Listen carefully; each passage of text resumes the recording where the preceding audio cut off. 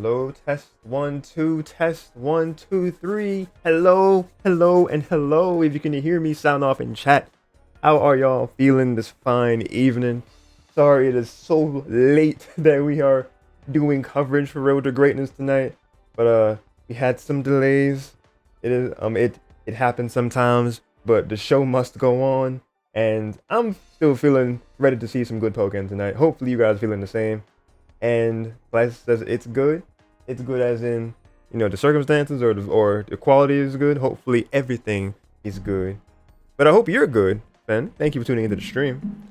And speaking of being on stream, we are not alone, as we usually aren't nowadays on the mic, but we got special guest as our commentator, the man himself, the RTG God himself. We got Rigz on commentary to help out. Say hey to the good peoples.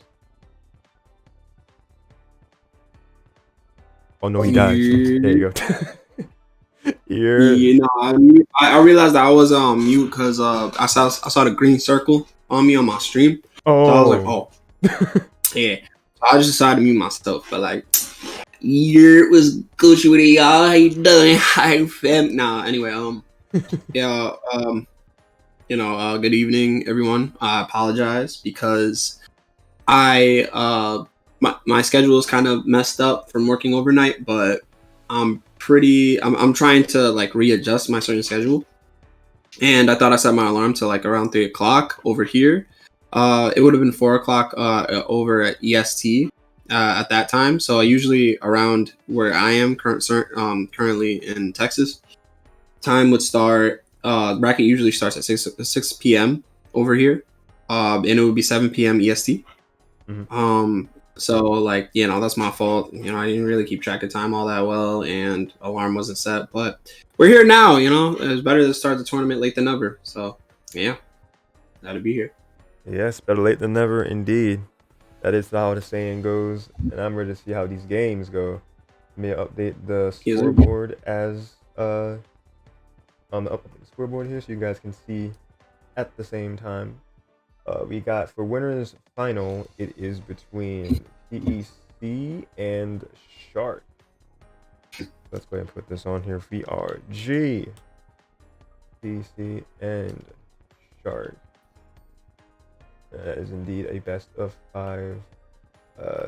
Let's go ahead and put on the. I keep forgetting what I have this as the shortcut for the next gaming. Okay, never mind. Fine. Alright, so go ahead and be getting this loaded in. I have to actually switch over my profiles to the main one to start off these sets. And I see you drop frames. Let me adjust my output accordingly. And apply that. Hopefully that should sustain the stream pretty well. And I've gotten into the habit of recording from OBS at the same time. So whenever I eventually upload the set VODs, there will be a lot smoother quality. And like if there's any dips in the stream itself, that won't show up in those VODs when I upload them to my YouTube channel. So getting into the habit of archiving the archive. Live archiving at that. With putting it to my hard drive disk. Hopefully that will come in handy. But yes, show on the road, TEC versus Shark. Let us get right into it.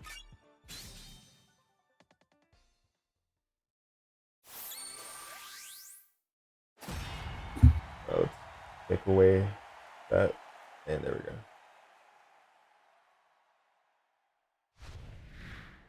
TEC and Shark have fought a decent bit of times before. I'm fairly certain. Like of course, probably off bracket, like out of bracket, but in terms of RTG, we have seen this matchup. You fought a decent amount of RTG too. Yeah, we've seen this matchup a good bit of times here. I'm trying to think exactly like that exact estimate, but they probably have like around like 4 to 5 sets in here alone. I'm pretty sure that they have more outside of it, but of course. But either way, we see this starting off here, and Shark getting momentum here in this corner, ending that string off with a grab, continuing this combo. Amazing damage with that string. And TEC not having much damage on them quite yet, but a counter will start their own string of hits. Ooh, that was just good to go into that counter, just anticipating hits, bullet punching them in the air, getting these follow-ups. What an aerial ace to end that off. All right, the mystery vis support coming out. All right, Shark just trying to have that coverage be provided. All right, that was a landing lag on that move. TEC was going for all or nothing. The Shark capitalizing beautifully. Dig going through to counter, catching it on the end of the invincibility. That's the first round to Shark. And yeah, none of us know why, Finn, about why they don't have a live spectate mode in Pokken. We need that for sure. But just like TC needs this round win, because Shark is cooking right now. That grab, the critical hit. All right, a counter. Ooh, really good CDC to get into that, or get right under Shark and start this damage. So they had Magikarp active. That was like the second or third time that Shark was punished by his digs. Yeah, it is. That's the fourth. I mean, right then and there, that was like the fourth time. I don't think dig is the option here. Yeah, TEC has just been learning the positioning of where Shark will be. Ooh, an anti-air right there. Oh my goodness. Fifth time.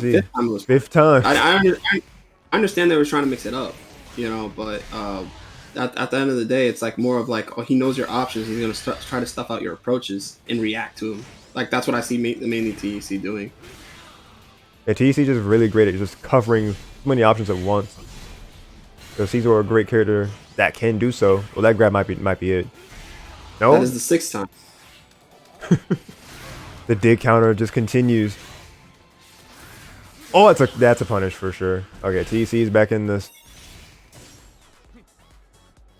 final round of game 1. Starting off with a full meter of burst. With point of the round will TC choose to do so is the question here. All right, what an explosive burst option from TEC. Oh, what the damage? What is that? Jesus, Shark. Garchomp is a nasty. Garchomp is a beast, quite literally. That damage was disgusting just now. Oh, great burst right there, because they saw that. Oh, wait a minute. That's good damage right there. Off the wall, too. Tumbling into the burst attack. Probably put Shark right at about a quarter of his health. More or less. But now they have access to their burst, and they're going to use it right there.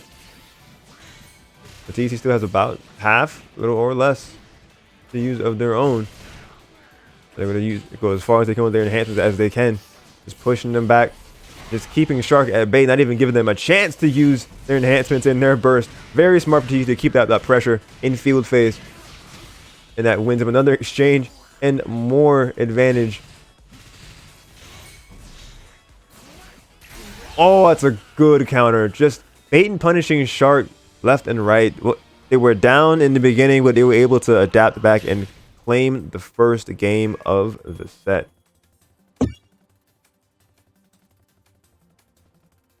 Anything notable caught your eye that you may be able to comment on? It was the digs, bro. It was the dig. It was digs. It was them digs. I saw so many TC just reacting to mainly the digs. Like, no, but usually I see that in retaliation for like attacking shield. TC mainly gets max damage by U-turning. But like, it was just I don't know. It was just mainly that. It was. I mean, that was like the main thing I was focusing on. That is notable. There was a whole bunch of other shit that was going on as well, from zoning in field phase with trying to force Shark to approach via like swords dance, you know, like in field phase. I got it, but it was just like he's baiting you to approach in a linear fashion, and you know he kept doing it. So obviously TEC capitalized. I don't really feel like he was reading anything. I just feel like he was just reacting to whatever Shark wanted to do at the moment. Shark, I feel needs to apply pressure a lot more when it comes down to comfortability because TEC, that's exactly what he was doing. He's playing the matchup to a T. He's very comfortable in the matchup, and I think he was playing Garchomp against Garchomp as he would play against any other Garchomp right then and there, which is not good if you're trying to condition your opponent. Okay. Okay, that is a good analysis. Yeah, let's see what happens in this round 2. Hopefully it's less digs. Less digs from Shark. What we see the dig into the HP though, more than half it already gone. But this is very much what happened in the first game, and TEC was able to just reverse the entire situation. Okay, canceling out of dig there, so already seeing a change of pace. And keeping the damage going. Comboing into the dig when TEC couldn't do anything about it, just being juggled. And reading that rock, paper, scissors. Ooh, that was a really good once he had the U-turn. Bullet punches into the combo. TEC just fighting back from this health deficit. What the counter range? Jesus on this wall. MQ support coming out to aid Shark. Gonna catch TEC, but not gonna get anything off of it. Gonna get a grab, critical hit. Just like that, we have a dead even game, slightly in TEC's favor now. Ooh, counterattack. That's a really good counter from Shark. They knew that TEC was going to go for the aggressive option and were ready with the counter. Taking that first round. Both players have their synergy. Which one will feel the need to use it first? Will Shark want to try to close it out as quickly as possible to get themselves on the board? Or will TEC want to try to make sure that they make their name heard here and get this round even and give it ensure that they can get a closer possibility of taking this next game. But that JX and field phase of pushing them back into duel, hacking out of that grab, very good from TEC's point. Gonna do one of their tried and true combos into the bug bite, slamming them back into the field phase. All right, the staple stuffing him out slightly. Both projectiles hitting the other. All right, Shark feeling the pressure, going to their synergy. TEC just dashing back from the projectile, but gonna get clipped by one of Shark's projectiles there, and gonna let them get in for a grab. All right, TEC going for a grab, but Shark taking out of it. That was so good. He didn't fall for the bait. Because that's typically what they do. Hold on, give me a second. Sorry. All right, no, you're fine. Man, what a trade there. Shark going for the burst attack. TEC staying in that shield. There's the that's a broken shield. Oh, but he has a taunt thing at the end of his burst attack. Oh, gives TEC plenty of time to get a punish. Oh, he got clipped by the projectiles. All right, stay in shield. Gotta be very careful about how he deals with this long range game. Okay, he went on. Oh, no, not the dig, bro. What did I say? What did I say? What did I say?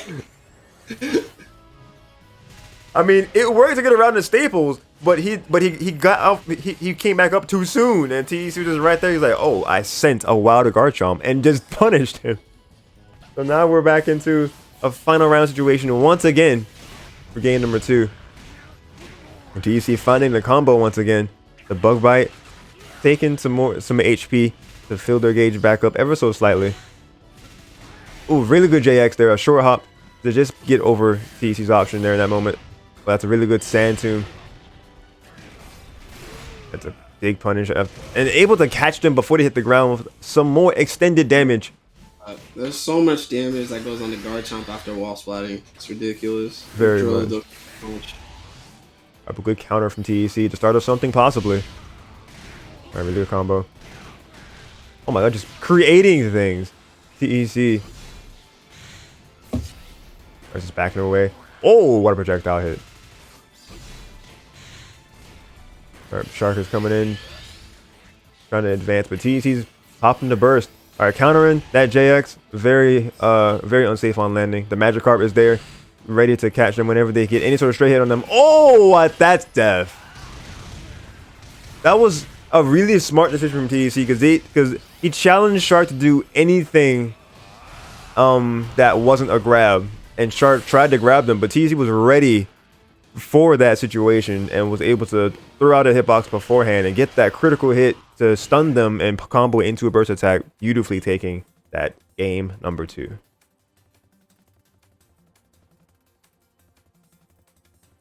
Okay, so before you say it was the digs, what else is there that you think? No, that was only game 1. Game 2 was hardly any of them.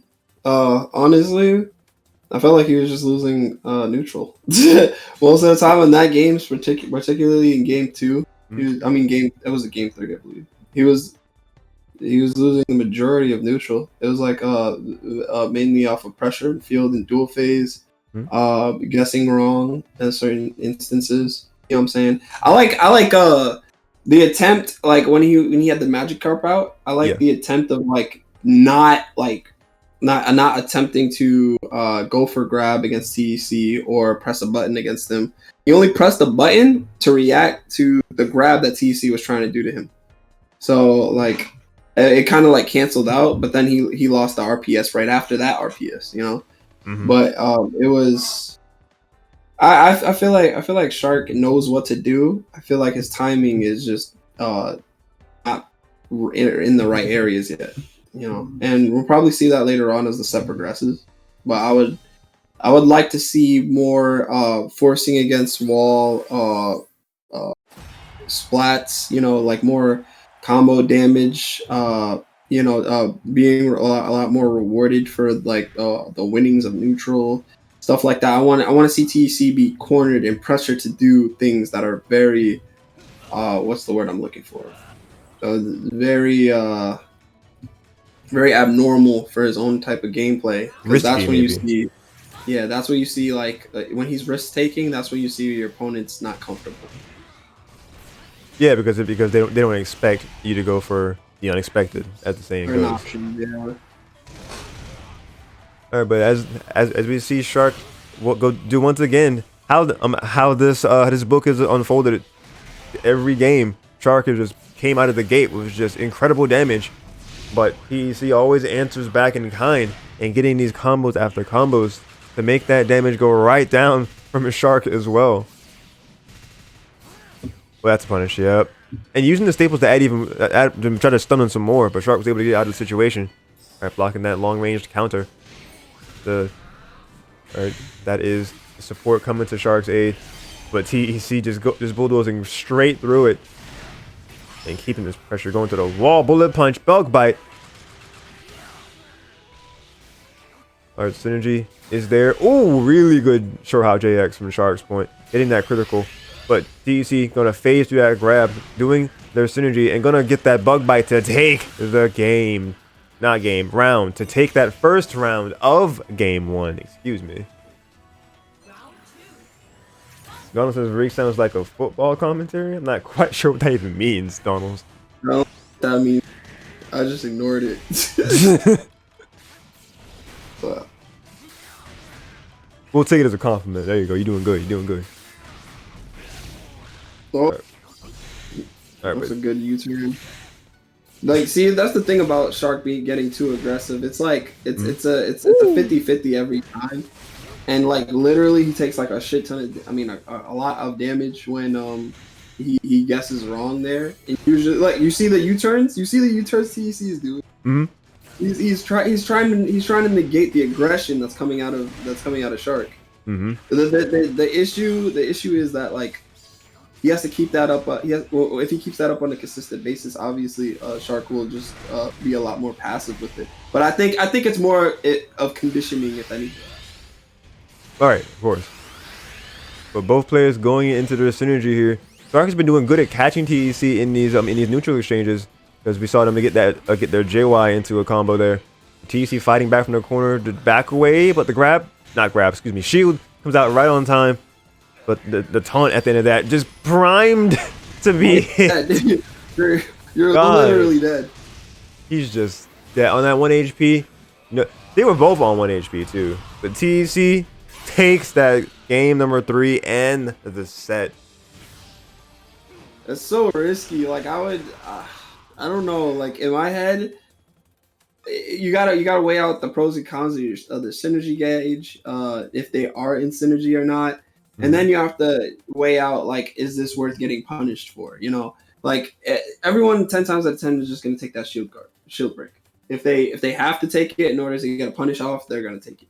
You know, like I don't know. I think he was just trying to catch TEC off guard, but like TEC was just holding on the shield the entire time. I don't know.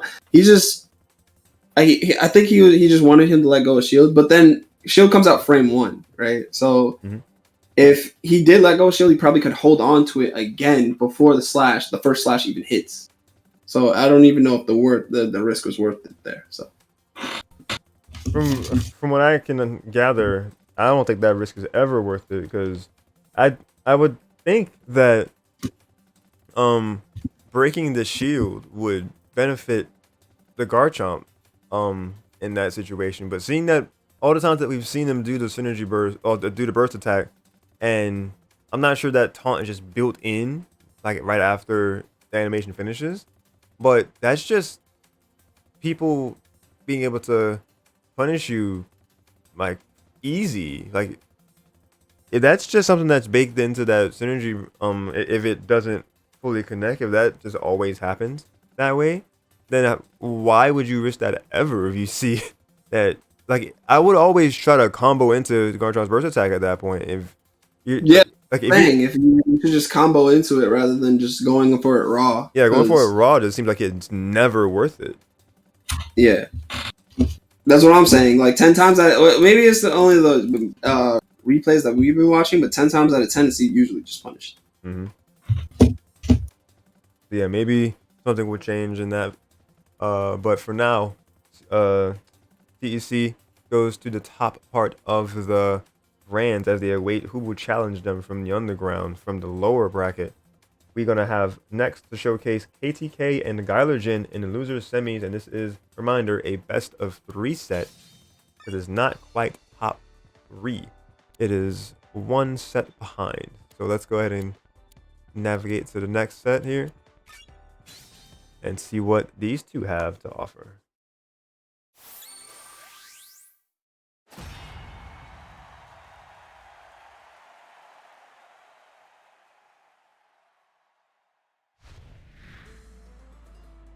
So KTK also rocking the Garchomp, and we're seeing Gylergin's Sceptile.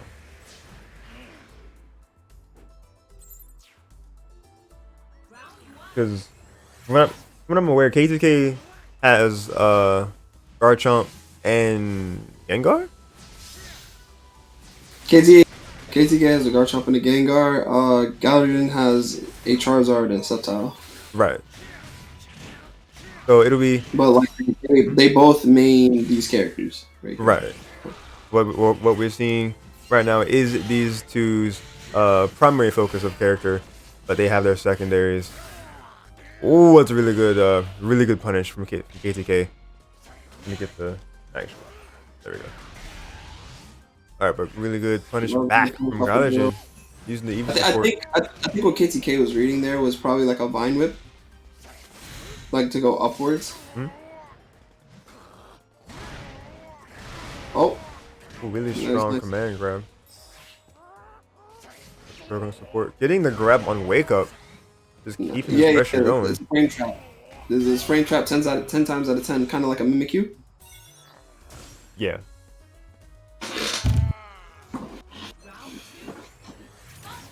Alright, so starting that off, getting that first round. Ooh, punishing the Leaf Blade and punishing that jump there. Gylergin trying to escape from this corner. Okay, getting out of the corner that time. Ooh, but gonna get the punish on that attack, on the attack attempt. And similarly to how we saw Shark just do tremendous damage in the beginning, KTK is dealing all this damage. The Gylergin is fighting back here. Leech Seeds not quite meeting the mark. KTK getting the knockdown. Gonna get the charged command grab. Oh yeah, that's gonna do a lot of damage. Jeez. Go up. Oh, he's probably. Oh wait. Ooh, we got it in the corner. Ooh, just adjusting the angle to go up. Just just reading the fact that Gylergin would be in the air, just such a call out from KTK. And getting the wall combo. Yeah, he's been doing that a lot too, honestly. He's been trying to call out his jump options fairly often. I feel like KTK is a lot more of a risk taker than Shark at this point. Like just from this game alone. But I've looked at the data from previous games. He definitely just is in general like more of a risk taker Garchomp. But we see that in full force here in that first game. We'll have to see how Gylergin adapts back to that risky power play that KTK displays.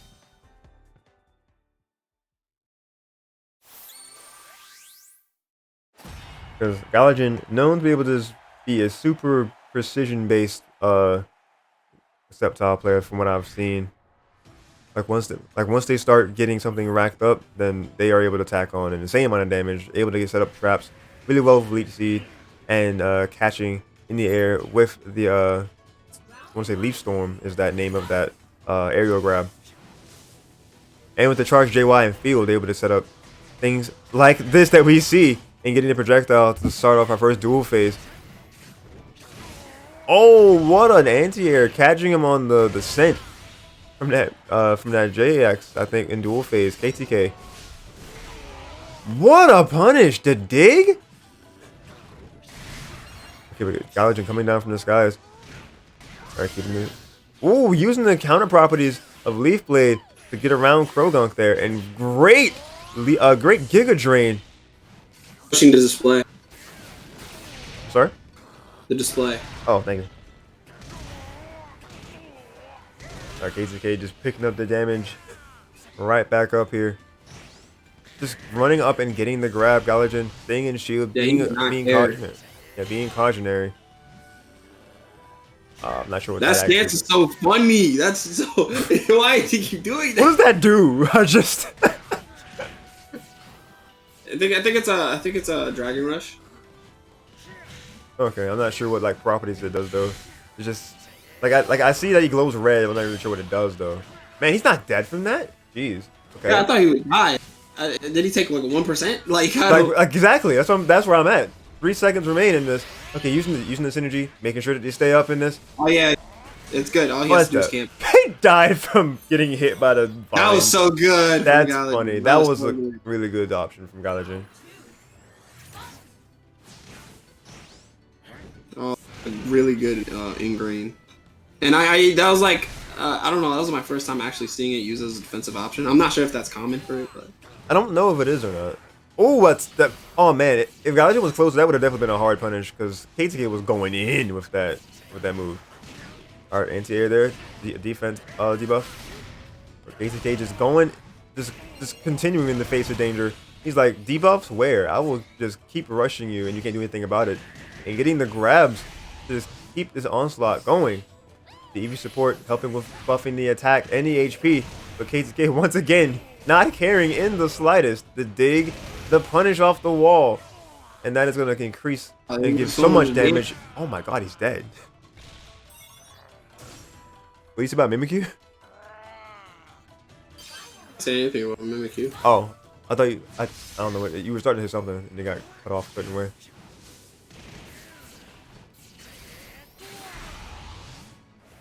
Nice counter. Yep, good counter from Gylergin, but also a good response from KTK. Oh, that second dig. Oh my god. That would have been a good bit of damage and a wall splat. But getting a grab to wall splat anyway.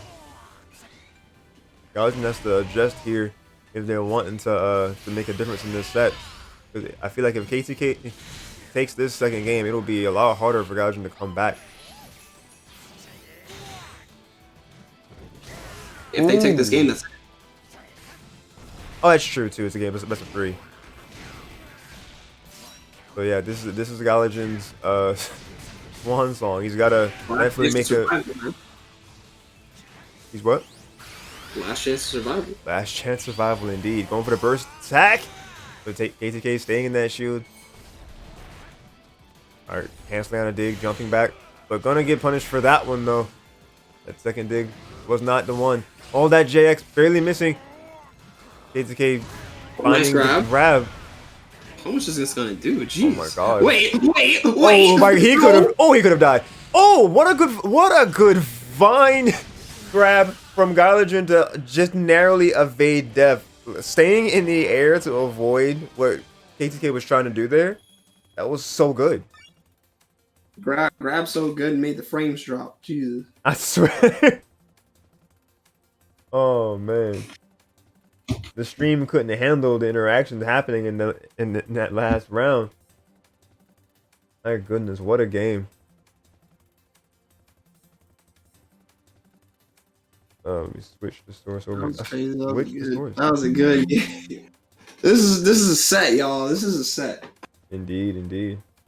This is most definitely a set. I'm just glad, you know, everyone's going for tat. It feels like everyone's going tat for tat. Even the 3-0 winners finals felt like people were going tat for tat. So. Oh yeah, even if some results say that it was 2-0 or 3-0, these games are down to the wire. Like each game is getting down to the final round. So they're very, very close. Can you do something real quick and change the TEC Shark winners finals to 3-0 TEC? Oh yeah. I was going to put that there ahead of time. And then all right. This game for both of these competitors. Well, one of these competitors. One of them moves on, the other one has to hold it for like the week till next week if they decide to show up. But anyway, that was a good earthquake from KTK. Ooh, stuffed out the counter. Ooh, beautiful wall combo. He's getting so much damage off of the wall. He kind of is just pushing advantage. He's like, yo, yeah, you're at the wall. I want to keep you there. You know, it's really good because he was trying to read the escape option earlier. Now I feel like KTK is playing passive aggressive. So he's more of like waiting for Gylergin to do something, and so that way he can just react to it later on. But at the same time, he's like you see how he's playing? He's like playing like mad, like passive. Press a button, I'm gonna punish that button with this button. Yeah, you know, it's more like reactive if anything. That one right there was a read, but it's mainly like reactive. That was a beautiful read there. Just getting that tech and getting that critical hit. It was a dominant first round, I'm not gonna lie. Very dominant. He was just in his head. Oh, bad landing for Gylergin, but a great pickup grab for KTK. Ooh, that was a good JY for Gylergin to get that critical to start things off. Ooh, that was a good substitution. Ooh, coming out with the JX there. In duel. Gonna get this string. That's a good bit of damage there. Alright, going for the JY. Oh, keeping that out as bait to keep them in their shield. Very smart from Gylergin there. But KTK coming along. Oh my god. Just those 3 moves. Jesus Christ! That's over half his damage. Over his cage is gone. But Gylergin undeterred. Damage, bro. That's so much damage, dude. Oh, he's not done. He's not done. Is he dead? Oh my god. Bro, Garchomp built different. Oh my god. Can you edit the score for loser semis too? That I can. 2-1 KTK's favor. What an explosive final game. Goodness gracious. No. Well, like last game that looked so competitive. This one was just like it just felt like a wash. I'm sorry. Gylergin couldn't breathe. That's what like what you said that once KTK adjusted to being more passive aggressive, waiting for Gylergin to do an option and waiting for the punish, or like waiting for something to whiff and they would punish it. And when we saw the whiffs, the punishes were hard, and we see that critical hits do wonders for Garchomp, and they get so much damage out of just the tiniest mess up from the opposing party, and that just spells just damage upon damage upon damage for Garchomp, and KTK just made full use of that, taking that set, and we advance further along to see Shark and KTK We'll see how this ends up going for losers final. So this could go a million ways, right? So Shark has a Scizor and a Sceptile. He has a Scizor, he has a Sceptile, he also has a Darkrai. Alright. And whatchamacallit, KTK has a Gengar and a Garchomp, to my knowledge. I'm not sure if he has any more Mons besides those. Mm-hmm. But this kid, like, I wonder if they're gonna stick out the Ditto, or if Shark or KTK is just going to go like different Mons just because they don't want to handle the Ditto. It could go like so many ways, you know. Right. I don't know how both of them feel about the Ditto. We have a lot of Shark main in this series. The issue is that we don't have Sharks fighting each other much, like at all. Actually, this is probably the first time in either a long time or the first time ever in RTG that one of our Sharks fought each other, because Garchomp is like, we have like 4 or 5 different Garchomps in this series, but they all don't really attend around the same time or at the same time. So this will be interesting because I have not seen a Ditto in my series as of yet when it comes down to Garchomp. So it would be very. There probably were Dittos that actually happened, but not to my knowledge. So No, I do not think we've seen Garchomp Dittos in RTG to this date yet. So what you're saying is right. It would definitely be a first if it were to happen. But like you also said, it'd be probably unlikely to happen just considering how they feel about the Ditto. They both know that the other has a Garchomp. They're probably like, I'm gonna just go this and I'm gonna go this, and we'll see how we. It's literally up to them. I honestly would like to see a Shark Ditto, like a Garchomp Ditto, but the players should do what's best for the bracket. If they should do what's best for like their winning condition. So of course, how about it? You know what I'm saying? Yeah, I feel you. But we'll see what the decision was right now.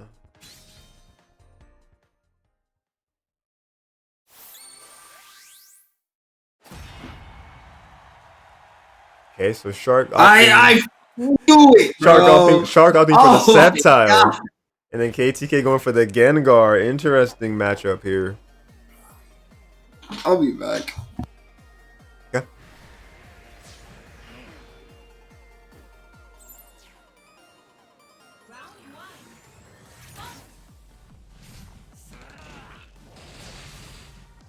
All right, let's get into it. Losers final, game number 1. What a homing attack from KTK, just going around. All right, he's leaf baiting the projectile out of the way. But KTK picking up damage here on a couple of off of the hits in the air. Excuse me. But Shark using the opting to use Snivy as a support here. But KTK is getting a lot of mileage by just punishing on the ground. Stealing some HP.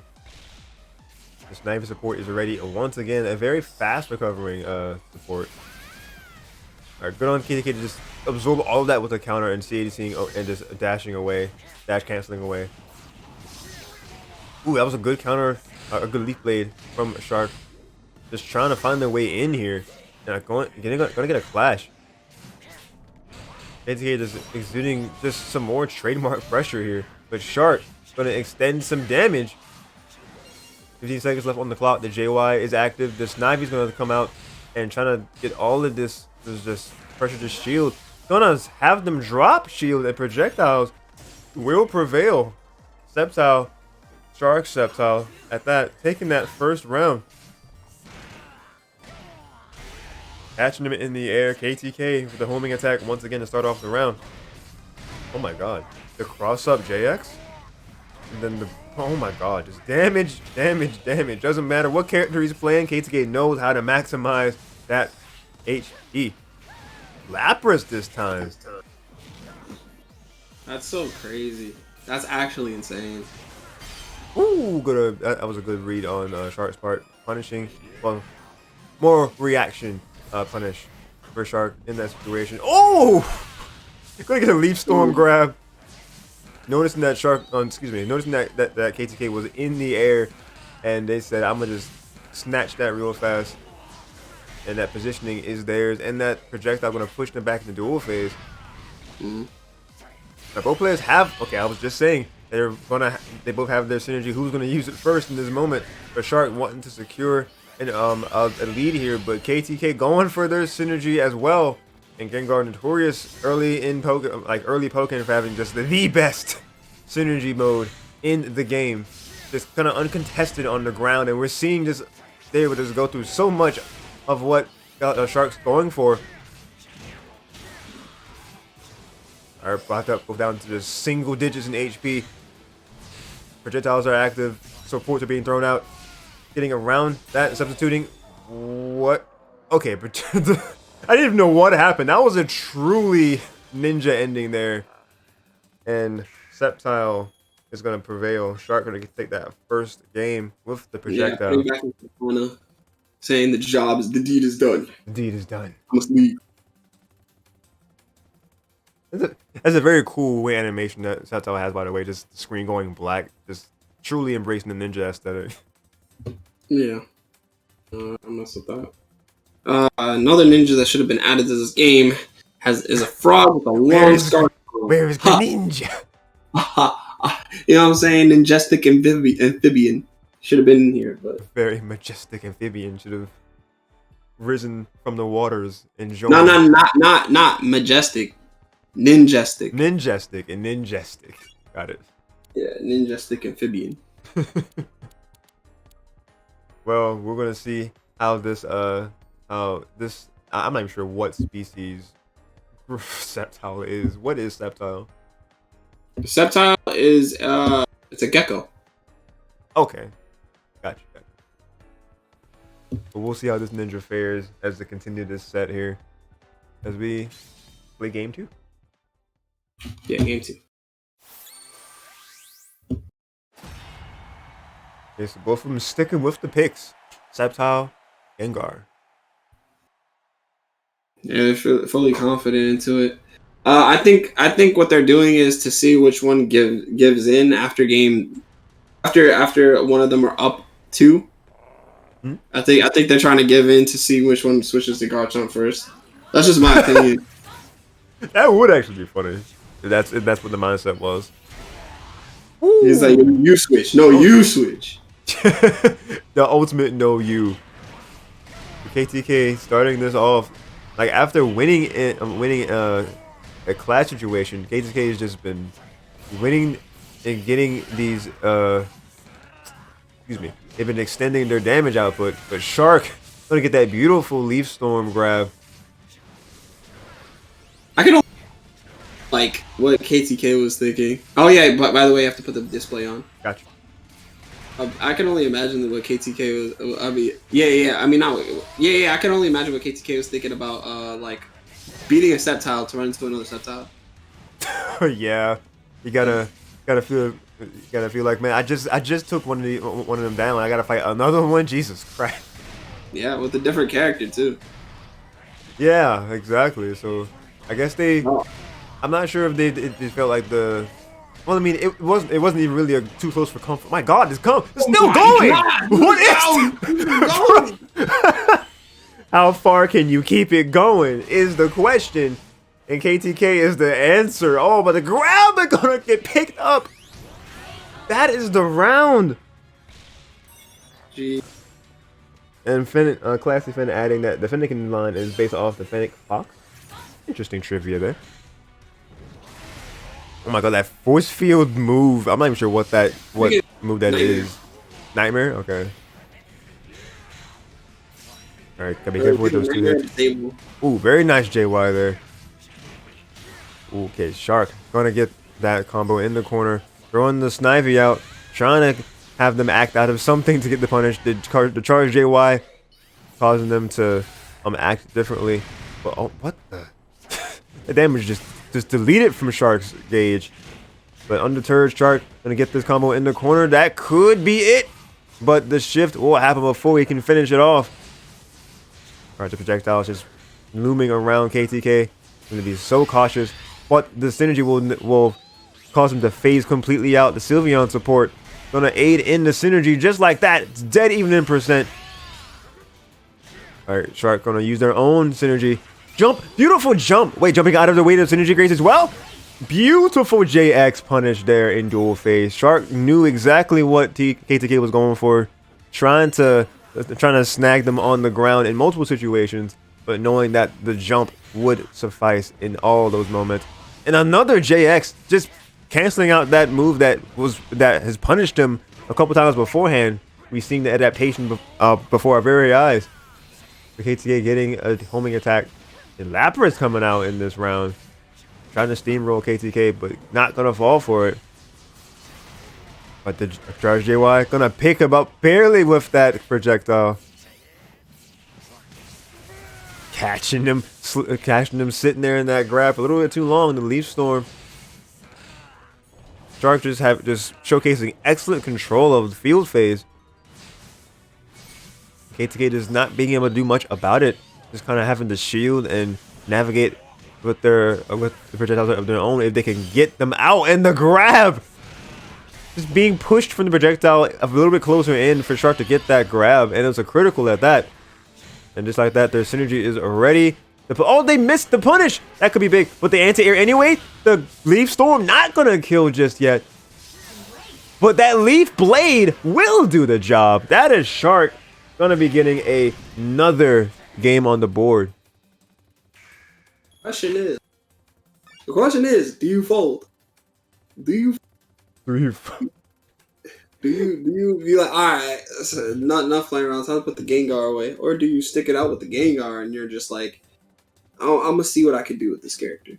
So, I mean, it really all depends on KTK's confidence in his Gengar. Mm-hmm. There was a lot of times where he was pretty close at taking games, so yeah. I still see him switching, but if he doesn't want to switch, that also works too. Like, I can see both perspectives. It's leaning towards the switching, because how much does this win mean to you? Do you just use this for practice, or do you actually want to get the best results possible? You know, we'll see what his mindset is in this next game. That we will. All right, so Shark sitting at 2 games. This could potentially be the last game of the set, but if KTK can adapt like you say, and we can see the set progress potentially. Let's see how this unfolds.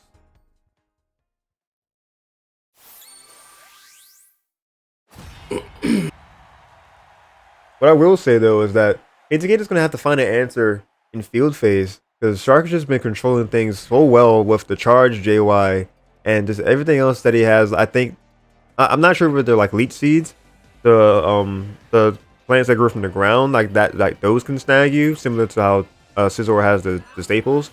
It's just everything else that they had just surrounding at in those moments. So if KTK can find an answer around those situations and then use their own projectiles to their benefit, I feel like they'll slowly be able to fight back in field phase, especially. But Shark already proven that they're going to be catching the the jumps and whiffs with projectiles at the ready. Oh, that was definitely committed. But KTK was not quite there for the original punish, but the counter will be there. Good grab. Shark anticipating the projectiles to fall, but KTK going to get that grab before they can move out of it. And that's an easy counter right there. Shark getting a little desperate with that JX in that dual phase. But good to stay in counter for that long. Shark anticipating that KTK would mix up movement there. Leaf Blade not going to take them out completely out just yet. The Elite Seed is active on the field. The Snivy's there, but the synergy will phase it all out and push them back. Jirachi to increase the synergy. Shark smart to hang up on the vine and go to get the critical grab. Not gonna do it just yet, but great damage all the same. All right, it's gonna be some healing. The name of the move slips my mind, but another JX to punish the burst attack attempt from KTK. Shark just proving knowledgeable, or just showing that, yeah, that burst attack is only ground based. So if I'm up here, you can do literally nothing to me. Punished twice, by the way. Twice, yes. And oh, fell before the grab could connect. Alright, staging shield there. Ooh, what? Oh, what? How? Yo! That leaf storm did so much damage. He's like, give me a hook. You know what I'm saying? I didn't expect that leaf storm to do that much damage though. Like, I didn't know. I didn't know if it was a critical hit or what. Ooh, but speaking of critical hits, KTA getting a good punish with that grab. All right, stealing some synergy from Shark. But is it too little, too late though? Because that HP from Gengar is not looking good. That's gonna be death. Burst attack is punishing that counter attack, and that is the Gengar falling back into the shadows. To end the game. What you said? It's an overgrow. That's what the move is called. It's overgrow. Thank you. Alright, that's a 3-0 victory for Shark. So we are going to have a Shark and TEC grand final. The run back at that. We're going to be... Wait, can you edit the bracket too? Yes, I can. It's 3-0 Sharks favorite. And now this got me wondering if KTK went just because of how solid Garchomp was against Gylergin. If KTK went Garchomp against Sharks Sceptile, would it have been a different result? Who knows? I really don't know because I feel like where KTK plays a more aggressive Garchomp than Shark does, I feel like Shark plays a more aggressive Sceptile than Gylergin does. If that makes sense. Does. Yeah, he does. Exactly. So yeah, it's taking that into account. So that situation that you that you provide, or different word probably better there. The situation that you like the hypothetical that you give there, it is something to think about. But considering the difference in the two Sceptiles we've seen, I'm not really sure if it would have made much difference. But I can't say that for sure though, because again, different players and different play styles for sure. But maybe it could have been, maybe it would have been different at the very least of being maybe not a 3-0, if that's what you're alluding to. No, I was alluding to just a different set in general, like just because of how dominated it was against Gylergin's Sceptile. I was thinking, okay, if like Shark could still attempt to run full Sceptile, or would he switch after Garchomp? How well his Sceptile would do personally against KTK's Garchomp, stuff like that. Okay, yeah, my bad. So I was like getting into that. I was just taking extra steps to get to what you were saying anyway. Like, yeah, baby. because different play styles, the set could have at the very least gone differently of not being 3-0. We would have maybe seen a closer set in numbers, as well. But neither here nor there. What we see is that Shark got themselves back up there in the running to go against TEC, get this run back, and we're about to see grand final. But I actually have to step away to use the restrooms. I'm gonna run an ad on Twitch here, and we will be back in a 10 commercial ad, or like a 5-1. A 5-1. All right, I'll do a 5-1. Yeah. All right, so I'll put switch the names around there, and we'll put VRG. Gotta sub if y'all don't want to see the advertisements, y'all. Normally, yeah, but I think when I manually run an ad, that it doesn't matter if it's subbed or not. You gonna see this ad today if I play it that way. Yeah, if I manually. No, it should be subs don't see ads while other people see ads. That's how it should be. Yeah, I agree with that. It looks like the highest ad I have is a 3-minute ad break anyway. So I'm gonna run that 3-minute ad break, and y'all are probably gonna see the away from camera bleed in from the ad for a couple minutes. But it is okay. Oh, you put the underscore on TEC. Oh, that's how I did it in the title. I'm gonna do it the other way for the actual overlay. You did that in grand finals too. The underscore doesn't have to be there. I usually I usually do like that symbol instead, like the little I'm not even sure what that's called on the keyboard, but I usually do that for the prefixes for names. I just do the All right, underscore in the title because it's less characters, and I can get more in my title for Twitch. all right. Go ahead, use the bathroom. Yeah, ad time. We will resume shortly.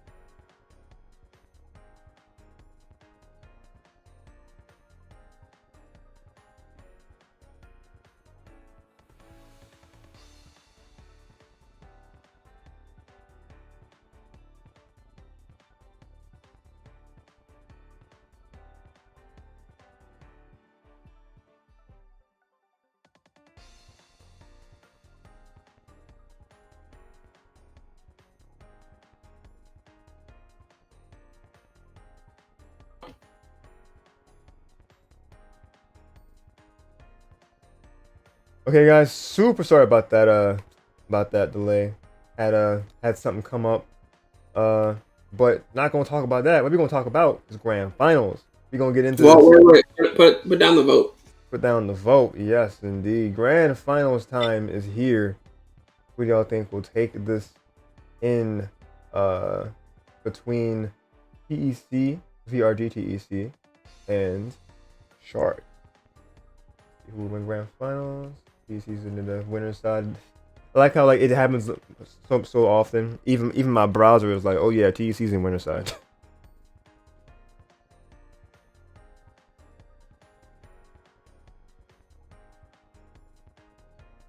All right, predictions time is there. Use your channel points now. And speaking of now, grand finals is now. Yes,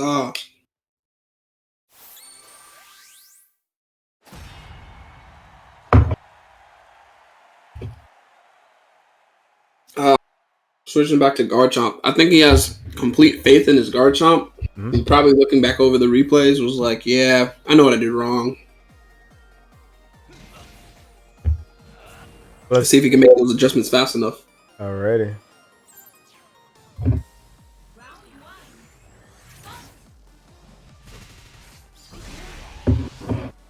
Starting off immediately, getting this momentum early on. The TC gonna catch the overcommittance into that anti-air that Shark was going for.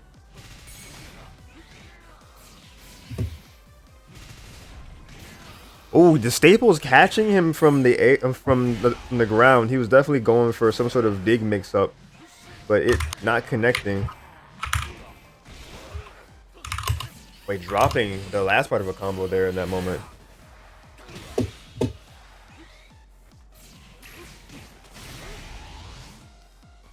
Alright, Shark fighting back. Oh, jeez, just going for a grab, but TC is there to fully punish with all this damage. Oh my god. Red mark.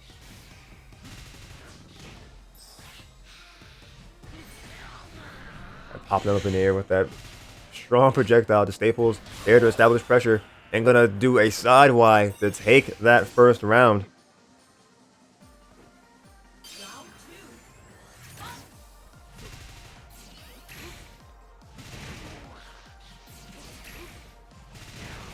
Alright, Shark getting punished once again in field space. The Staples there.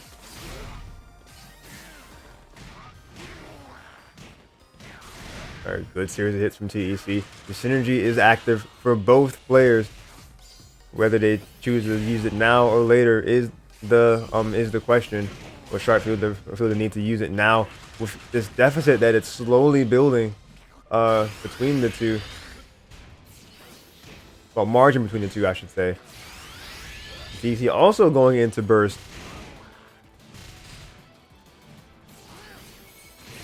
Alright, the charged counter attack. Backing away. Having enough time. Oh my god, beautiful punish, TEC. Oh, just the spacing awareness. The enhanced bug bite gonna do a little bit more damage there.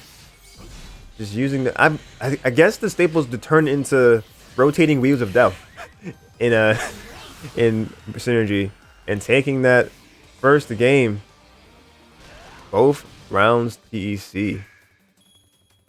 Yeah, no. Oh my god. I like the different approach that Shark is going for, but I feel like it's I feel like TEC is still sticking with the same game plan, which is the issue. You know, you're supposed to make your opponent feel uncomfortable enough to switch up their variety of of approaches and gameplay. And I feel like from watching the winners finals and grand finals, nothing really much has changed from the differentiation of it. So I feel like Shark needs to attempt to keep the same game plan but time it differently. Does that make sense? So what you're saying is that Shark should still be trying to go for the aggressive options, but not, because he's doing the risky part is what we wanted to see more of him that KTK was doing, but like you said, the timing is the issue. if I'm understanding what you're saying correctly. Yeah, basically. Okay. So playing a more passively aggressive game, like how KTK showed us, is what Shark should Kind of, yeah, exactly. What he was doing like kind against of what yeah. KTK was doing against Gylergin. Yeah, exactly. Something like that. Like I feel like that type of play style would probably work a lot more against TC, who's right now he's playing hyper aggressive. Yeah, he's doing too much of just going for the rush down and not really seeing what TC is doing beforehand, and he's being punished for doing that. So yeah, definitely just kind of taking moments to see what happens before going gung ho is definitely gonna do wonders for Shark going from this game. Mm. Let's see what happens.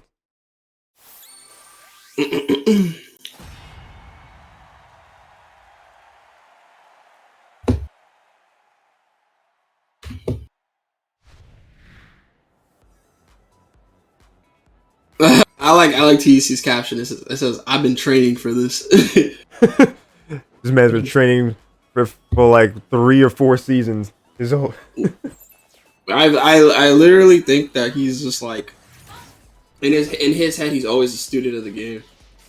which is a great mindset to have. Yes, it is. It is. It actually is. I'll be back. Alrighty. Oh my god, opening up with a big combo TEC and the staples to extend and get these punishes. They're not gonna quite reach. The dig's gonna get stuck out by the anti-air. What timing from TEC? Not looking too great for Shark in this first round. He's gonna have to definitely try to just fight back this aggression that TEC's executing, this calculated aggression at that. But that's not gonna be done in this round, because that's gonna be going to TEC.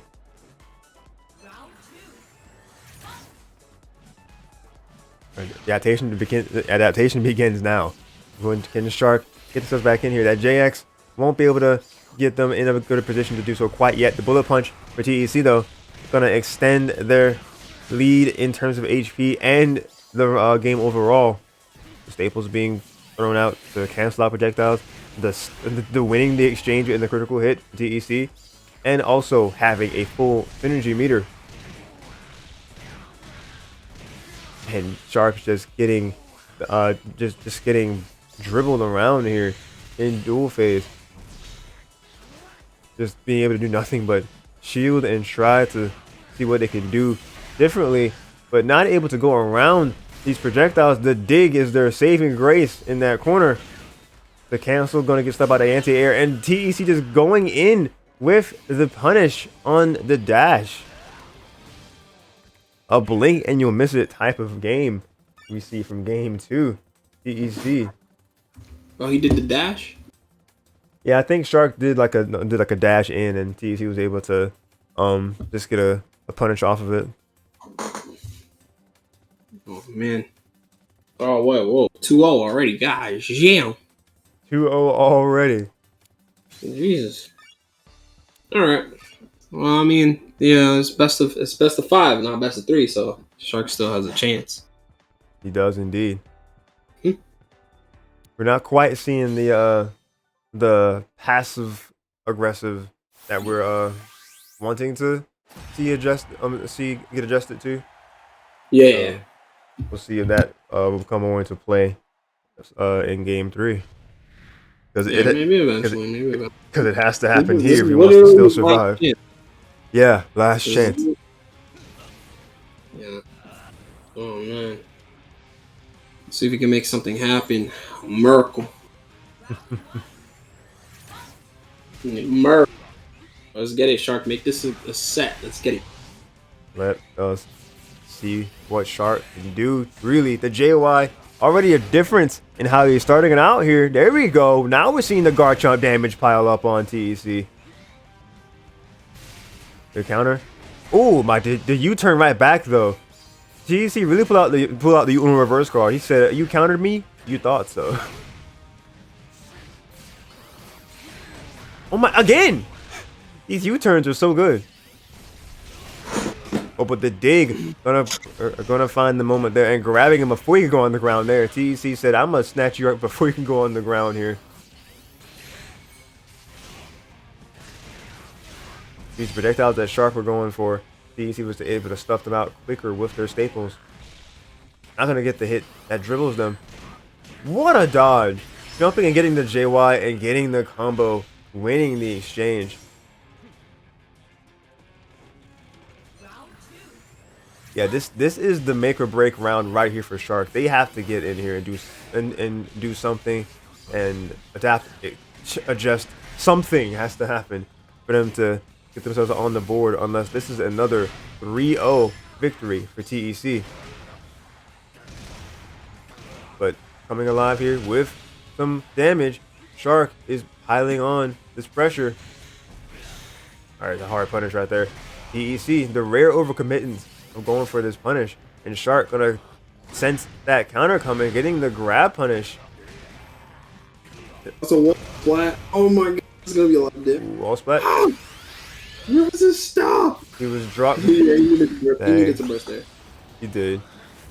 Oh, not the situation we've seen a couple of times in this stream. It'll be the taunt, and that's just the difference between that old situation and this one is that, like, TEC didn't have his shield up beforehand. As soon as he saw the burst attack, he reacted to it and shielded. So that's my thing. It's like you could react to it. It's not even like fast enough where it's just like you can catch someone off guard. You know what I'm saying? Right. So like we were saying, so like it's not worth a risk. It's not. It's really not. You should always try to combo into the. Oh my god, Shark fighting. Nice. Really good. Really good. No, wait. This is it. Oh my god, down to 1 HP apiece. This. Oh, he sniped him. Oh, he did it. Ooh. This is not over, ladies and gentlemen. Shark said, "You're not taking this that easily with the 3-0." And TEC's opening it up with the pressure. The Magikarp is gonna be there to pressure him to attack. Yep, gonna be there to stop that from being anything further beyond the dig. Both of them charging their counters. Oh, that's gonna punish for sure.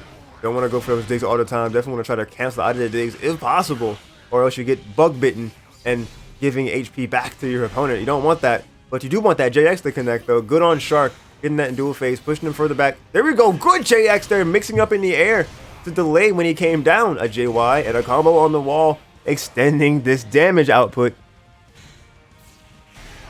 That's a good counter from Shark. Mischievous. Gonna be the force field that he needs to be the slower pressure, the slow pressure. That grab barely missing from TEC. Shark gonna get a grab instead. This could be damage that he needs and gets the game for it. Let's go. Oh my god. He did it. He did it. He took a game. This is ridiculous. Ooh, baby. No, it was clutch though. Like it wasn't even like it was just him getting destroyed for like the most portion of this game. And then he was just like, nah. And then it snapped. I like that. He was like, yo, nah, I don't care. Like, I'm not going to get 3-0'd around here. Right. He says, if anything happens tonight, I am not getting 3-0'd in grand finals. He said, not again. Not again. I respect it 100%. Man, so we got ourselves a game 4. It was looking like it possibly couldn't happen, but it is happening, and we gonna see it. Do I hear a game 5 though? Is the question. Ooh, baby. Yeah, it's up to Shark at this point for a game 5. But, oh yeah. But man, that was a really good game. I bet after Shark won that game, he was feeling himself. Oh yeah. I mean, who wouldn't after coming back from a near death situation? White literally on 1 HP. He's like, I bet he's telling himself like, oh, I did it. All right, again. The same thing, but again. Oh my god, that counter range is insane. Yeah, that counter range is ridiculous. And that's string shot. Oh, that's string shot. Okay. Oh my god. Just whenever I see that move come out, I'm just like, that's just such a wide hitting move. It just does crazy damage. It looks like it's just I don't know what. But yeah, Shark, not the strongest opening right now because TEC is definitely capitalizing a lot on Shark's movement here. Already almost down in this first round. Alright, keeping that shield up there. Going to go around the counter, getting the dig punish. Oh, that's going to be punished though. That's, yep. Oh my god. Barely whiffing that move, and TEC is going to definitely take advantage of that.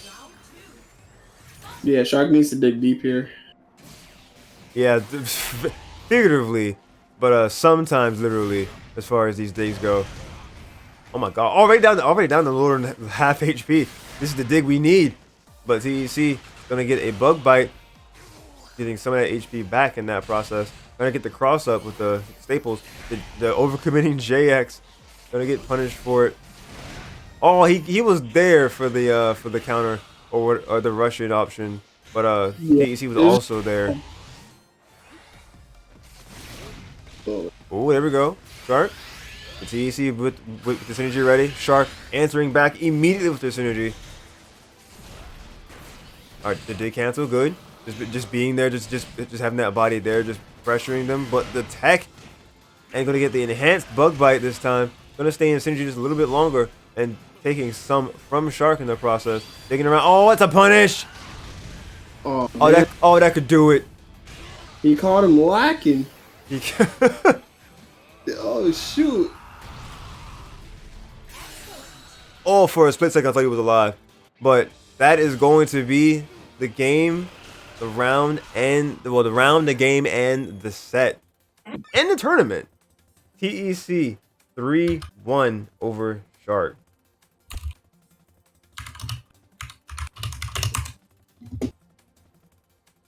Damn, what a set, bro. What a set, bro. I forgot they even have the W and L thing on there, but we knew who we knew who was in what situation.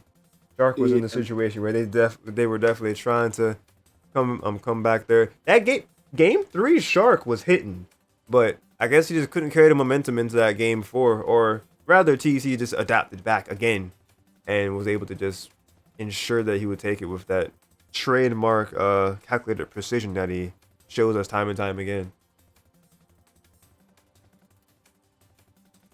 But yeah, what a set, like you said. What a tournament. What a top 4. Yeah, this is He popped in immediately. Hello. Yo. Champion of RTG number 58. How are you feeling today? What's good? I'm doing good. About you guys? I'm doing better. I apologize for starting the tournament pretty late, bro. Like my sleeping schedule was rearranged, but other than that, I see most of the competitors joined to play regardless. Like 12 out of the 13. So I mean, everyone wanted to play today, so that's pretty cool. So like, I am like curious, like, what guard chomp? If you were to fight a guard chomp in grand finals, which one did you think it would be? Did you think it was going to be Shark, or did you think it was going to be KTK?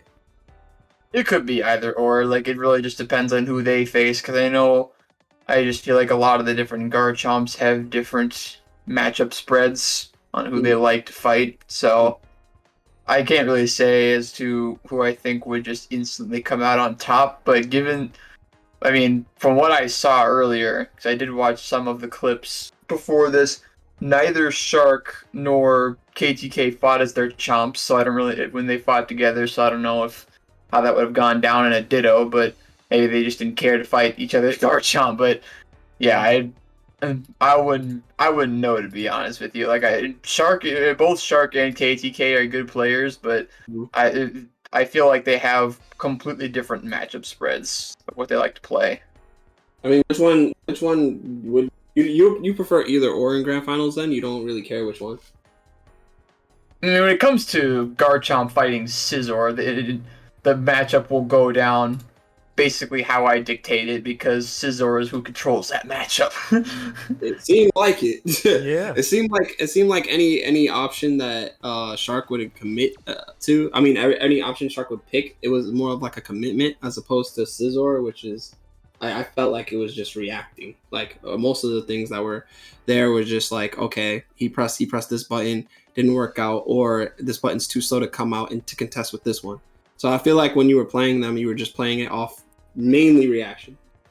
It was mostly just me keeping them out and reacting to attacks, either that or it was guesses at the wall. Those are the two modes of this matchup.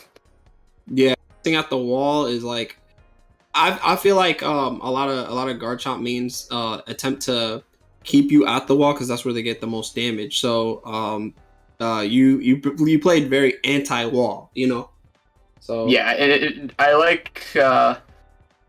I'm trying to say I like running Magikarp in that matchup because it basically gives me one free card in order to get out of a situation, either corner swap or do whatever. And speed debuff really hurts Garchomp because it slows down their running stance. I don't know if it slows down their running stance, but I know it's for a fact it slows down their dig, which is huge because they can't use dig to evade things like Swords Dance and Bullet Punch. They have to commit to either their running stance dash or their jump, and I can U-turn the jump and then just react to whatever running stance move with Bullet Punch. So it really hinders their options if they get hit by it. I've seen you try to read a lot of jumps rather than react to jump with U-turn.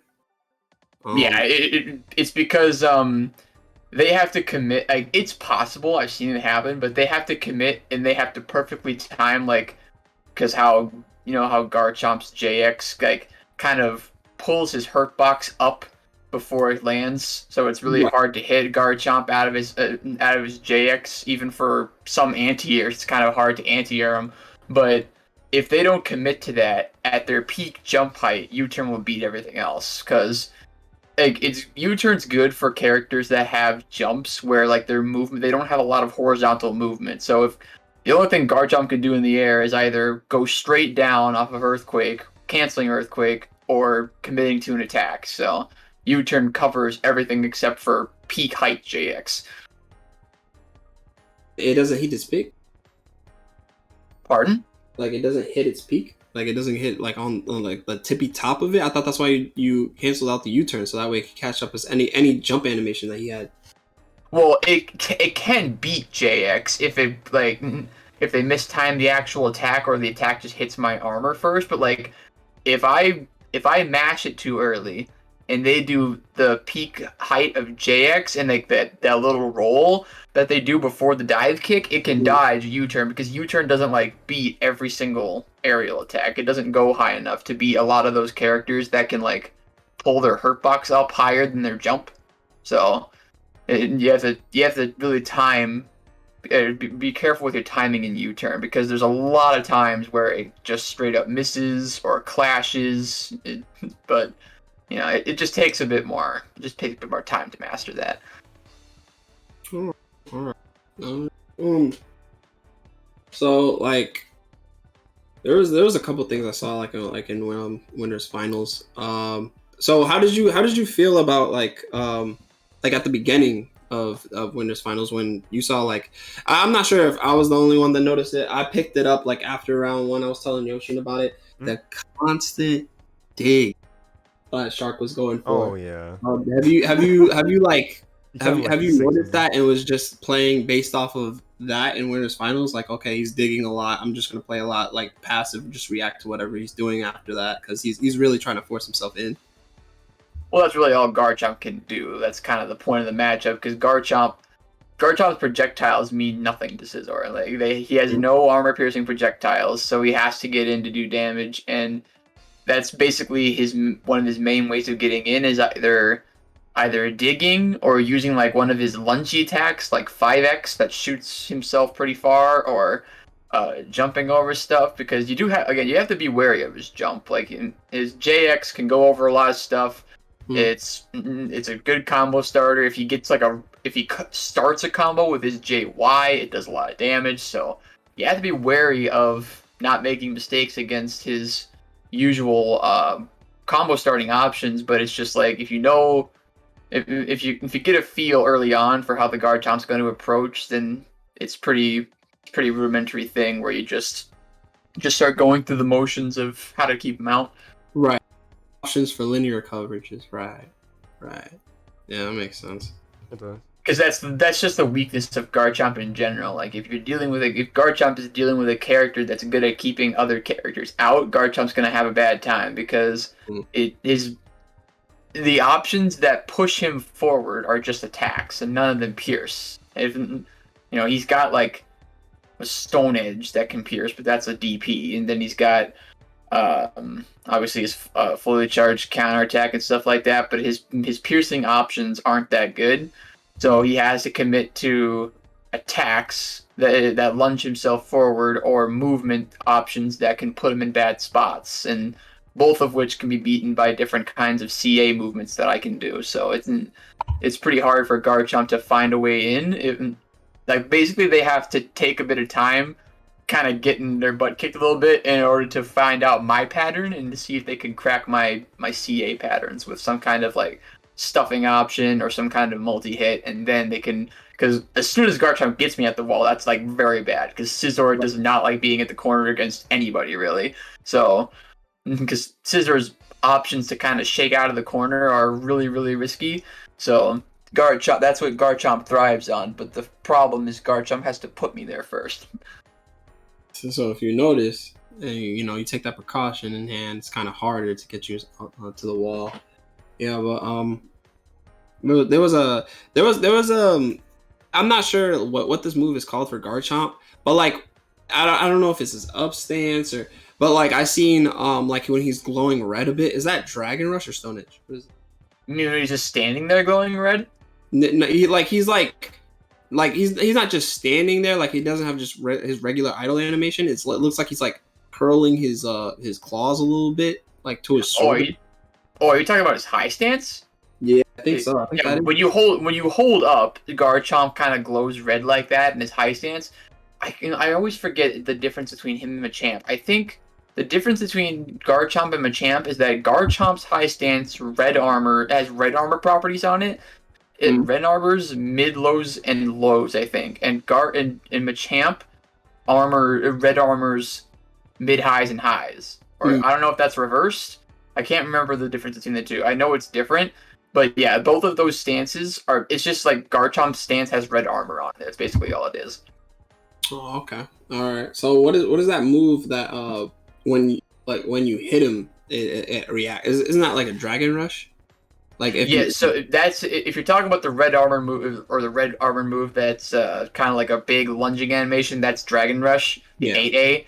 That's like a guaranteed crush on any grab. Like I'm pretty sure, or maybe there's one or two of them that can kind of cheat it, but that's if like you have to cancel the grab first. But yeah, on most grabs, Garchomp's Dragon Rush is like, I'm pretty sure it's like the biggest damaging throw crush move in the entire game, but it's got a super big wind up, so it's hard to pull off. Yeah, it seemed like it. It seemed like like when I was watching KTK and Shark for a little bit, I was seeing that they were trying to bait that option more often than not. Well, actually, it depends on the matchup, but like not against you much, but it was just like against Shark, against Gylergin. I've been seeing that, and I was just like, I don't know if that's like a common bait option, because it's like easy to cancel or something like that. So I was just curious about that. But yeah, because the thing is, like, probably there are a few reasons why they wouldn't want to do it. I mean, for one, if I just throw a bug bite at them, they have to account for the fact that I can always just cancel that before it even starts. So if they start matching on Wake Up for Dragon Rush with that super big wind up, they're just gonna get blasted. If I cancel the bug bite into an attack or whatever, or just wait for them to finish doing what they need to do so that I can punish them. But yeah. How did you feel coming into today's tournament? Did you feel like you're at your peak, or did you feel like it was just like another day? Honestly, I kind of been taking a bit of a break for various reasons, but just in general for Pokken. But I'm just getting back into the feel of it. I haven't streamed in a little bit, but that's just for various reasons. But yeah, in terms of general Pokken play, I've been kind of slowing down on it, but now I'm trying to get back into my usual tournament stuff. Like pick it back up, right? Yeah. Do you have any questions? You've been filling in aberrations role and asking all the questions I could think of technically. Yeah, like you were Yeah, I was curious. I was curious about the Garchomp red stance thing. I was curious uh about the various things you were saying about what was it? Yeah, like the move specific questions you've already asked. I really don't have any questions I can think from the top of my head. It's fun. Is there any offline tournaments we're gonna catch you at anytime soon? Well, not in the very near future, but I'm still in the planning phases of it. But I really hope I can make it to both because they basically just announced like back to back NEC this year and also Frostfire. They're like back to Ooh. back weekends, but I want to go to both. Oh God, where are each one? Or where is Frostfire's each in one? Canada and NEC's in New Jersey, I think. Oh jeez, So that's a lot of traveling. that's a lot of traveling. Well, I usually usually typically what I do is I go to which one is the most convenient and has the most entrances. But you know, Well, I'll do my best to go to both because I want to. After missing out on Worlds, I want to go to whatever else I can. okay, Understandable. makes sense. And so this is a back-to-back weekend, so that means that means you gotta save up because it's gonna be back-to-back pockets. And then But Yeah, pockets well, traveling like either. Well, I'm not sure if you would do. Well, I mean, probably most likely plane in all these situations. yeah, both of them. I mean, I don't know if I'm gonna sign up for any other games, but yeah, I'm obviously gonna go for Pokken on both. Yeah. and they're just doing like, are they? Do any of them have like a 3v3 format on the side, or is it just 1v1s? Well, they're both primarily 1v1s. I don't know if the community will just do 3v3 stuff on the side for fun, but there's nothing like actually in the event that's 3v3. It's all gonna be 1v1 from what I hear.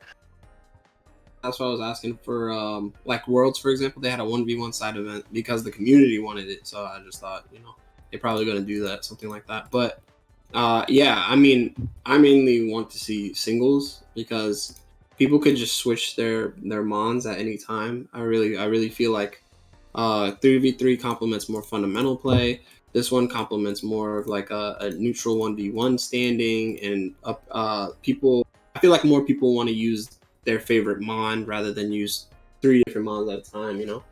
So it should have like a decent amount of entrances, and congrats on your last one. I know it was a while ago for your offline play, but that actually, like, obviously set the bar for Scizor mains on like offline play because everyone knew you could do it offline just as much as you do it online. So Yeah, hopefully we'll be back up to ship shape by the time those tournaments roll around. But I think I'll be ready so long as I keep the practice at least semi-regular and just keep on improving my matchups that are a bit more uncommon. But I mean, Canada will be a whole different beast. Like, I mean, obviously some of the North American players will be coming as well, but I'm sure a lot of the people from Canada that are able to go will go, even if they're not regulars around American tournaments. So it's going to be a new environment for me. And then NEC, I've been there before, but you know that's another shark pool. I mean, I've been in how many shark pools now? I feel like that. I have a good shot at handling a shark pool. Oh wait, yeah, NA is Canada is a part of NA. So if you mean like US, yeah, that makes sense because I should say yeah. I should say US. Yeah. yeah, but honestly, yeah, no, I wish you the best in future endeavors. Honestly, Oh, same. for me, like, I tell people this all the time because I see in the comment section some people will be complaining a lot about you winning a lot or your boy, and I'm just like, beat them. Like, that's usually what I tell them. Like, I understand that, like, people, but like, understand that this is like genuine gameplay. Like, I'm not gonna write a script for you guys. Like, the script writes itself. You know what I'm saying? So a lot of people, they obviously want to see like a different champion, upsets and stuff like that, and it's cool to happen, but at the same time, it's like I enjoy watching this game for the game, and if someone keeps reigning supreme, going on top, first place, personally, I don't get tired of that, but like I get why the majority of the audience, they want to see something different,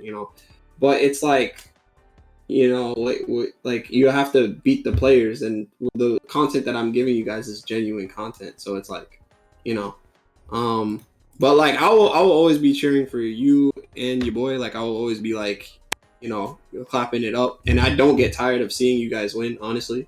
Same. Me So neither. yeah, just know that like I'm there, Yoshin's there as well. We just like back y'all up if anything. Thank you. Yeah, as long as I'm just, always out there trying to go into these tournaments, keep up my matchup experience, get more of keep on getting that rush of being an attorney, and just continue to improve myself as a player, then I'll continue to try and win. Exactly, that's all we can ask for. All right. Well, that being said, that kind of concludes the interview. It was nice to get you on the mic. We obviously can't get you on the mic every week or anyone on the mic any week. It really all depends on availability. But I like to do this to keep in contact with the players that typically win the tournament, see how they're feeling, get more insight and knowledge to share towards the main public about matchups and stuff like that. So that's why we do these, weekly interviews and stuff like that. Plus, there's new people coming in every time, watching it every time. So, they're not going to know you, which is why, like me and Yoshin, like when we start stream, we give out the introduction and then we introduce you before you come in and, all that. So, Yes. Well, yeah. I appreciate your guys' time, and I'm sure I don't have anything. I don't think that will stop me. So I'm sure I will see you guys next week. All right, TUC. All right. Take care. Take care. All right, have a good one, guys. Thank you. All right, so that was the voice of this week's champion. Yes, VC. sir. So always a pleasure to be able to get him on VC. Just hearing his insight on specificity in interactions and how he thinks or how he sees or his perspective on character matchups and such. How people, how Pokemon rather can't really contest with certain things, because it was interesting when he acknowledged the fact that Pokemon like Garchomp just literally can do nothing and besides dig in most situations, because the projectiles that they throw out, they just can't break any armor. So it's just kind of rough for a lot of Pokemon that don't have that luxury against Scizor. So, yeah, it's just good to hear more specific things like that, and hoping to see some more just great gameplay for next week. This is in fact the end of this, but not the end of the road, because that's in 3 weeks from now if you want to plug that real fast. End of the road in 3 weeks, guys. Right here. Let me plug that in real quick. Boom. Right here. Okay, so this is end of the road. I got it. For those of you guys that don't know what End of the Road is, End of the Road is a tournament series. It's a bi-monthly that I run after I run my tournaments of 10 tournaments for my weekly. Anyone can enter. There's a $100 prize pot this week. Not this week. It's the $100 prize pot on End of the Road, which is going to be a couple weeks from now. You check it out. Everything is in the description below that I showed you guys in the comment section. End of the Road number 6 will be happening. $100 prize pot. You need a LAN adapter. You need to be in North America for you to participate. No exceptions. And yeah, that's pretty much it. If you guys want to sign up, it's basically like you join, you play, you have fun. Get up to like top 3, you get money. If you don't get top 3, that's fine. You literally lose nothing out of that. So, and everyone has good connection, and we have lag testers around at that time, especially around that time, because people are fighting for money. They're fighting seriously. They want to make sure that that it's playable, and most of the people, if not all the people, are playable. So, yeah. Right, that is good. If you don't mind trying to drop the link one more time, because of my auto modding features, it censored it. but I just made you a mod in the background for my channel. So try searching. There we go. Now it comes up. Should be there now. Yeah, it's there now. So yeah, guys. Link, that's the one. Can you edit the score 3-1 by the way? I can do that. Go to. I gotta ask everyone to drop their characters. Yes. Mods and Twitters. Right.